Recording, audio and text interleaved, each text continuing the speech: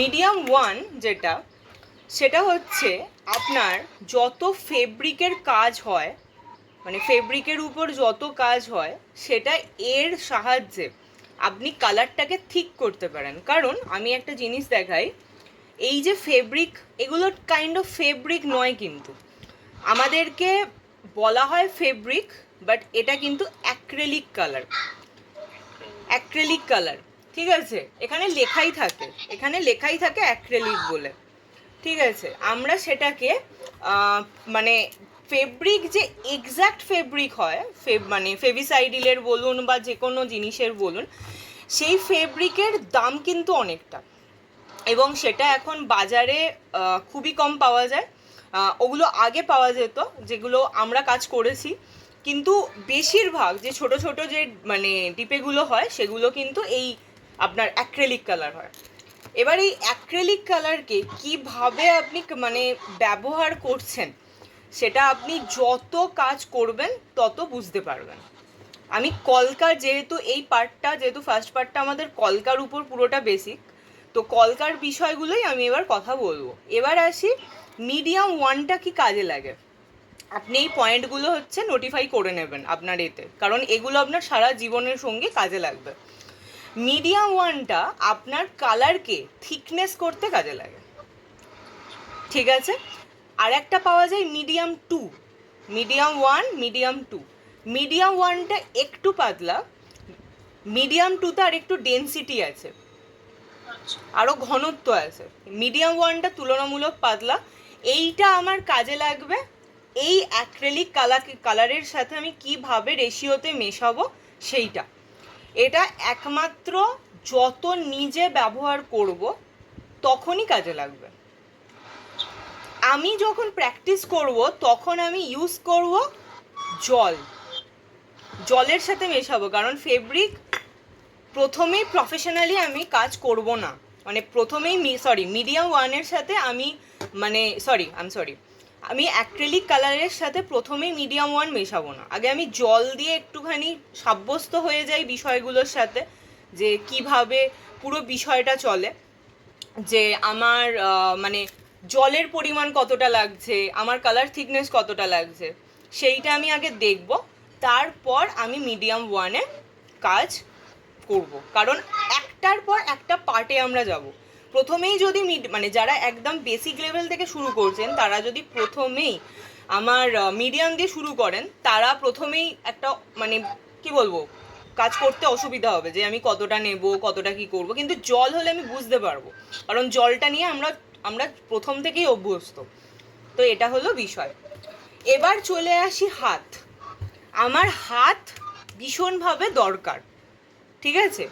আমার হাতের 5টা আঙুল, যে কোনো মানে তুলির যে কোনো কাজে আমার এই 5টা আঙুল যেন এইরকম, মানে এইরকম ফ্লেক্সিবিলিটিটা আসে, 360 ডিগ্রি এইরকম যেন ঘোরানোটা আসে। আর এটা একদিনে আসবে না, এটা এটা কাজ করতে করতে বছরের পর বছর যত অনুশীলন বা যত প্র্যাকটিস আমি করতে থাকবো, দেখুন আমার হাতটা কীরকম পুরো ঘুরছে।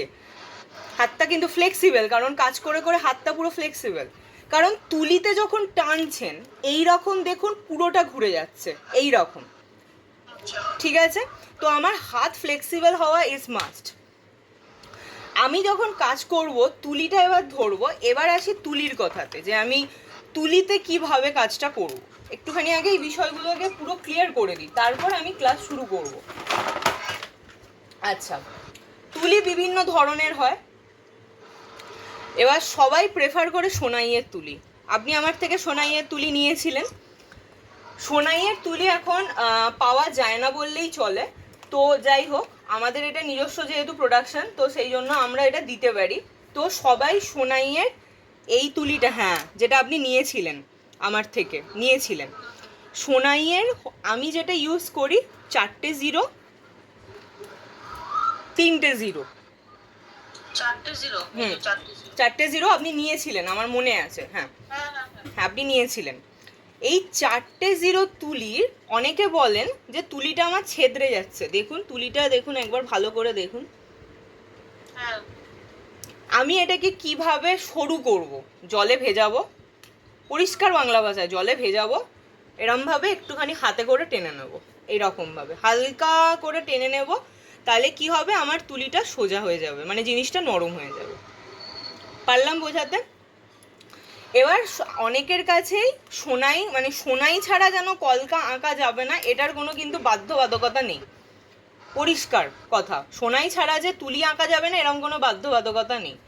এখন বাজারে অনেক ধরনের তুলি এসেছে, আর একটা হয় সিনথেটিক হেয়ারের তুলি, ঠিক আছে? সিনথেটিক হেয়ার যেগুলো হয়, যেগুলো আমরা নর্মালি বিক্রি, মানে যেগুলো নর্মালি পাওয়া যায়, যে সিনথেটিক হেয়ার, ওগুলো আমি ইউজ করতে পারি। তবে ওগুলো আমার বেশি কাজে। টেনেছেন এইখানটাতে এরকম একটা গোল করুন, করেছেন, করার পর এই গোল থেকে এরকম ভাবে কি হয়, এরম ভাবে ওঠান, এই গোল থেকে মানে নিচ থেকে এরকম ভাবে ওঠান। আচ্ছা, এখন যদি অসুবিধা হয় নিচে দাগ টেনে করুন। আচ্ছা,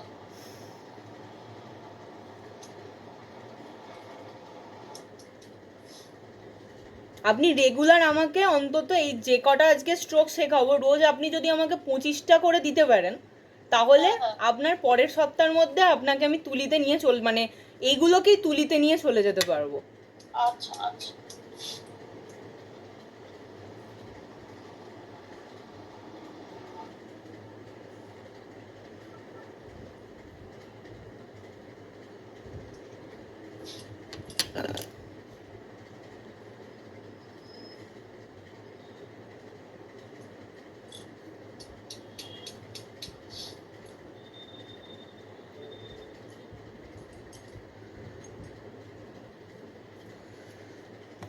হয়েছে?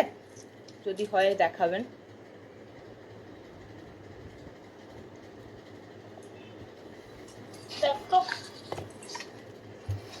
একটু বেশি হয়ে গেছে ফাঁকটা, গোলটা এরকম হবে, হয়নি, এইটা হয়নি এটা।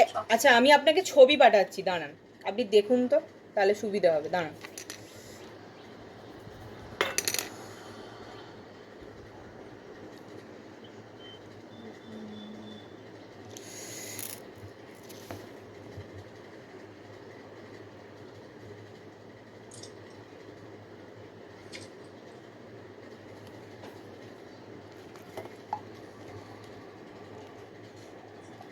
পাঠিয়েছি।